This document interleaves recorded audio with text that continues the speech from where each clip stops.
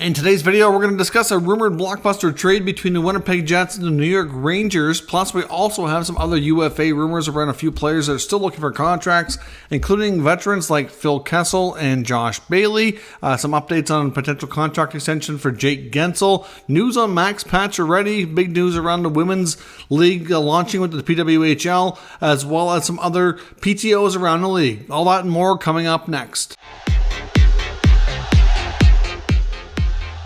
So welcome back to another video here at Top Shelf Hockey. As you can see, if you're a normal viewer of the channel, not my normal recording location, coming to you live now from my dining/living room area here. So I just wanted to do a quick video with some updated news items here for tonight. We do have a bunch of things to talk about. I want to start off first with some professional tryouts and another signing here. The Seattle Kraken have confirmed they've signed former Edmonton Oilers forward Devon Shore. He gets a one-year, two-way contract, $775,000. Probably have a tough time cracking that Seattle lineup, but at the end of the day, at least he has a guaranteed contract. Doesn't have to go on a PTO. But we do have a bunch more, or at least a couple more PTOs confirmed today. Former Oiler and Coyote Zach Kassian, who played obviously recently with those two teams, is going to camp with the Anaheim Ducks. He'll be getting a professional tryout with them. Obviously, they could probably use some tough reinforcements for their young skilled players. So we'll see if he can catch on there. The Nashville Predators have also signed a goaltender, Dylan Wells. He's also going to camp on a professional tryout as well. Some other UFA rumors are running some guys who don't have contracts, including the current Ironman of the NHL, Phil the Thrill Kessel. Kessel has made it clear through a note here from Elliotte Friedman on his latest blog. So I assume obviously Friedman has spoken and Kessel interviewed him and said he does indeed still want to play. Obviously he remains unsigned at this point. But the whole point here is, I guess, talking to Friedman as it's out there, is that he's willing to make things work. He's not too focused and concerned about the Ironman streak. And if teams are leery of signing him because they think that he's going to, expect to be in the lineup every day to continue that streak going, that's not the case. Obviously, he's enjoyed his run with consecutive games played in the regular season. Obviously, the Golden Knights did scratch him a bit in the playoffs. That's not, connected to the Ironman streak. But at the end of the day, he just wants to play. He's still loving the game, still having fun, and is not ready to hang him up, so he's hoping to get a contract. The other good part in attractiveness here for Phil Kessel is he's old enough now that he's over the age of 35. He could get a one-year deal around league minimum and have bonuses built in that would be able to slide until next year. So if a team wants to take a chance, clearly he can still play. I don't know that he's necessarily a top six everyday player anymore, but he's certainly a player who can still contribute and has lots of experience, has 3 Stanley Cups to his name. There's a lot of value there, especially on a very short-term, cheap contract. So we'll see if Phil Kessel can catch on. But like I said, he's got some information via Elliotte Friedman that he's not worried about the Ironman streak if that's holding any teams back from giving him a contract. Some rumors out there regarding Josh Bailey, that he may end up with a team like Minnesota. Minnesota does have enough cap space and roster space to sign another player, another veteran. He probably would be like a 12th or 13th forward for them. Again, like Kessel, may not be an everyday player anymore, but there is a potential interest there. I'm not sure how Bailey's feeling about things. He's played his entire career with the Islanders, and then all of a sudden he obviously this year is traded to the Blackhawks and then bought out. So obviously not, going to be in his normal habitat here. So I'm not sure from his side of things what's going on, but there is some speculation that the Minnesota Wild do have some potential interest there. We'll see if anything comes from that. I don't know if he's going to end up with a contract. Wouldn't shock me if Bailey has to go on a PTO as well. But we'll see where things go on that front. News as well on Max Pacioretty. Of course, Pacioretty was a UFA after unfortunately missing a ton of time in the past year plus with multiple Achilles tendon injuries. Of course, he had a major freak injury after being traded to the Carolina Hurricanes last offseason. Had a torn Achilles, missed a huge chunk of the season, came back, played 5 games, and hurt it again. Same injury. So he's going to be out longer than expected. Well, I guess depending on who you ask. But right now we do have confirmation that he is not going to be ready to start the season. Obviously, it's a big recovery, especially where this is, the back-to-back injury with the same thing. I'm sure he's going to want to be extra careful and put in a little bit extra rehab time, make sure, as best as possible that this isn't going to come back to haunt him yet again and possibly end his career.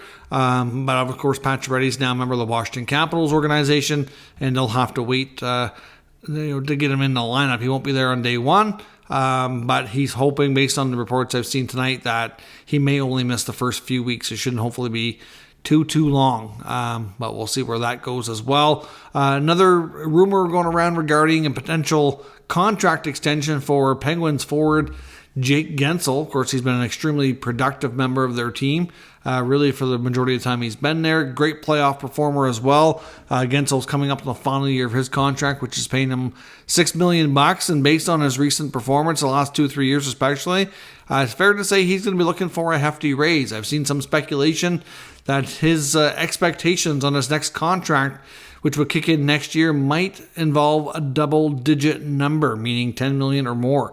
Doesn't mean that's what it's actually going to end up being, but there is some talk out there that that's kind of what he's looking for.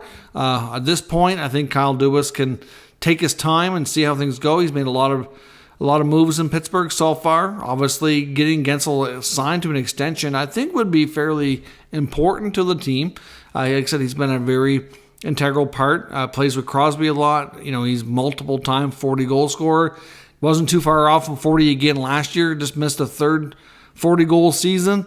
And I said, technically, he's one of the better playoff performers around, too. Great record in playoff scoring and production when it matters most. So clearly, like I said, an important piece, but with all the other, things that they've done, especially with the Erik Karlsson acquisition, another big hefty contract on the books, that's certainly going to make things complicated if that's indeed what he's looking for.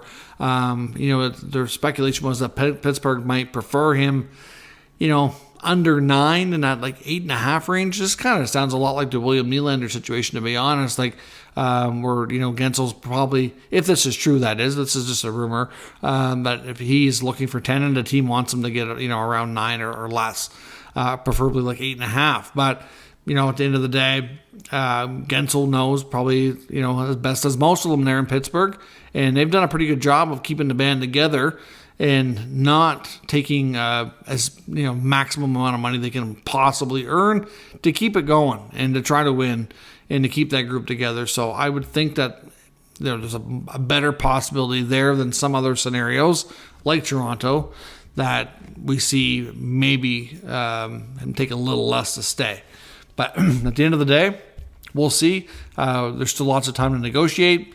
And I do wonder, though, if he's indeed pushing for 10 plus, if that means his future might be elsewhere next year or beyond. But we'll have to wait and see how things go. And maybe it's, based on the history here, maybe it's best to do is kind of take his time with this one. We'll have to wait and see. Now, as I mentioned as well, I came across another rumor. Of course, yesterday we talked about a potential huge trade involving the Leafs and the Rangers. The Rangers are one of the more active teams that keeps popping up in the rumor mill, especially when it comes to blockbuster deals. Now, this shouldn't really be a huge surprise.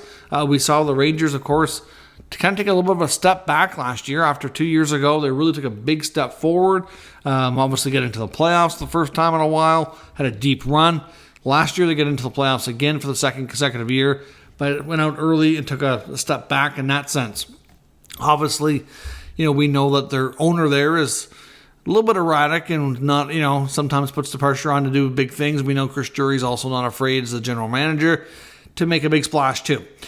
So with all this coming up in the rumor mill over the course of the summer involving the Rangers, it wouldn't be shocking to see them pull off something substantial. But to be honest, that trade that we talked about yesterday involving the Leafs, that wasn't so much a rumor as it was more so a writer putting it out there. And like I said, that was an article from The Score that we talked about with the Leafs and Rangers saying okay, here's some deals that I think make sense. And they got some other writers to kind of collaborate with them and say their thoughts and kind of putting it out there to say, is this going to, a deal like who says no to this deal type of strategy just for conversation purposes. But in the actual, rumor with sources that are reliable, the Rangers have popped up a fair bit too. So this speculation here comes and kind of focus around pending UFA Mark Scheifele. We know the Jets have been in the rumor mill heavily as well because they have some guys like Scheifele and Hellebuck on expiring deals, and at this point, all indications are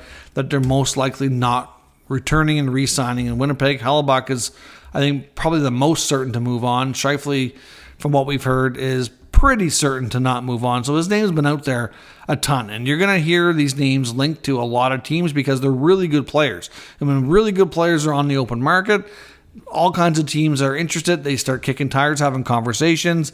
The word leaks out through NHL reporters and insiders. And then I know I see people on the channel commenting like, oh, you get this player linked to everybody and all these teams. And yeah, if a player is good enough, they're going to be linked to a ton of teams because all those teams have varying degrees of levels of interest.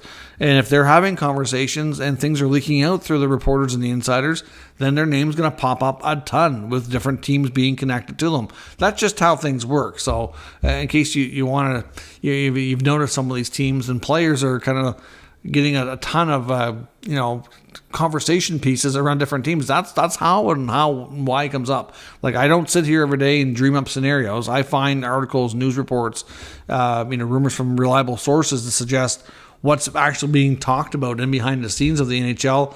I bring it to you, tell you what I think, and ask you to kind of share your thoughts too. So this trade is a potential, I don't know, I think this could work. This one's more reasonable and more likely than some of the other ones we've seen popping up here. But this one involves Mark Scheifele and young defenseman Ville Heinola, who we also know in Winnipeg and made it clear that with the lack of opportunities to play in the NHL has also been in the rumor mill that he wanted a fresh start and be moved somewhere else. So that could accomplish those two things. And the return package rumored would be centerman Philip Hedl and young defenseman Braden Schneider. Now, Rangers fans are probably not happy to hear Schneider's name popping up in the rumor mill. And to be honest, I don't think the Rangers are out there trying to trade or proactively look for a deal for Braden Schneider. That is not the case at all. I think they really like this kid. He's proven in a short time that he can be very valuable. However, one thing to keep in mind is that the Rangers' top 4D is pretty well set for the next several years between Adam Fox, Ryan Lindgren, Jacob Trouba, and K-Andre Miller. Most of those guys on longer-term deals with the exception of Lindgren, and it's rumored that Lindgren's camp and the Rangers are trying to work out a long-term deal. He's a great partner for Fox, very good defensively, and just a warrior out there blocking shots and good playoff guy. They want him in the mix long-term. He's still only in his mid-20s, so that makes sense for them to do as well. So obviously, for a guy like Schneider playing third pairs on your rookie contract, you're getting your feet wet, you're getting established, everything's great. But eventually, as he keeps progressing, and he's done well so far, he's going to want more of a top 4 role. And that's going to be tough to get there. So I can understand to some degree they would only include him in a trade if it means that they're getting back big pieces to help with another part of the team. So if you look at their center depth right now, that's not terrible. They obviously have Zibanejad, Trocheck, and Hedl, which is decent for sure. However, if a lot of the Ranger rumors have involved them in adding another top 6 scorer, either a center or a winger. I think they're looking at a variety of options if they do indeed pull off a deal here. Now, in case of this, if this were to happen, if Scheifele were to go to the Rangers, then clearly you have Zibanejad and Trocheck, your top 6 centers. I would suspect between Scheifele and Trocheck, one of them two are going to have to move to the wing. Maybe Trocheck becomes a winger, or maybe he moves down to the third line because if Hedl's going to be a part of the deal, maybe he goes Zibanejad, Scheifele, Trocheck. I don't know how they structure it. There's different options. Obviously, Blake Wheeler signed in New York, longtime line mate of Scheifele's in Winnipeg. They have a lot of good chemistry. And Wheeler's probably not going to play too much longer. He's getting up there in years, so I wouldn't think Mark Scheifele is going to make a long-term play here over potential 1 year, maybe 2 year reunion with an old buddy. But still, at the end of the day, they have an ability with a trade like this to really restructure and strengthen their top 9. Now, for example, like I said, with the Rangers here, maybe you have Zibanejad, you have Kreider, you have Panarin, you throw in Scheifele, Wheeler. Makes it, if Trocheck goes down to line 3, maybe that's an opportunity for a guy like Lafreniere to get more of a top 6 role on the left side. and maybe that's some combination of that. In your top six, you still have, like I said, Trocheck, obviously Kakko still in the mix there too. So like you'd have still a decent options for line three. So it might give them better depth. I mean, it would really hurt to lose Schneider, but they do have some other young defenders like a Zach Jones, for example, who they may be comfortable with coming in and kind of taking that spot. Third pair defensemen are a little bit easier to find than top four, and Schneider, I think, long term has that. But is he going to get boxed out? That's the question. Although, like I said, there's certainly no rush or anything like that to trade him because he's probably going to be good to stay in that role for another couple of years until his next contract at the very least. Like I said, there's no rush, there's no urgency. It's not like the Rangers are out there trying to trade this guy. The only reason his name is coming up is because he's good and teams are going to want him, and they're going to want him to give him a bigger role. And if they're giving up value, they're going to want value in return. If the Rangers are going to be a little more reluctant to move Lafreniere and Kakko, which we don't know, I mean, that they're probably a little bit away from pulling off a deal with them, then he's going to be one of the next guys that a lot of teams ask about. It's just that simple. He's a good young defenseman, so I can understand. And he's a Western Canadian kid, so I can see why the Jets would be interested there. And, of course, they'd get a guy like Heinola back, too, which could, I'm not sure that he's at Schneider's level right now, but he's another good player. Between him and a guy like Zach Jones, for example, maybe they'd fill that void that he would left behind, but you'd end up with a really good, 40-goal scoring centerman. I mean, that's nothing to scoff at either. You got to get value or give value to get value. That's right. So we'll see what happens. I don't know if this deal, the likelihood of it happening, but it has been rumored that the Rangers have been linked to Scheifele, and this is some of the parameters that have been thrown around and discussed out there. Let me know if you think this deal works for either club. Who would win this trade? Who would say no to this trade? Do you think it's a good, reasonable